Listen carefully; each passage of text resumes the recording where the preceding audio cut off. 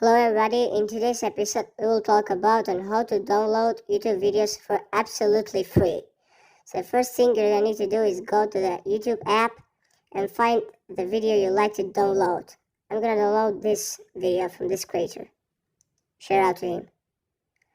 Press share, then copy link. As you can see in my screen, copy link. After you clicked copy link, you're going to go back, then press Google.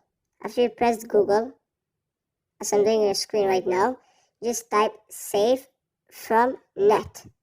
This is the app that you're gonna need to download the videos.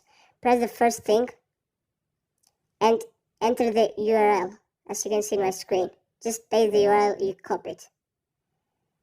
Continue downloading in the browser, then download. It's simple as that. Just press the back button because the first one is just a net and wait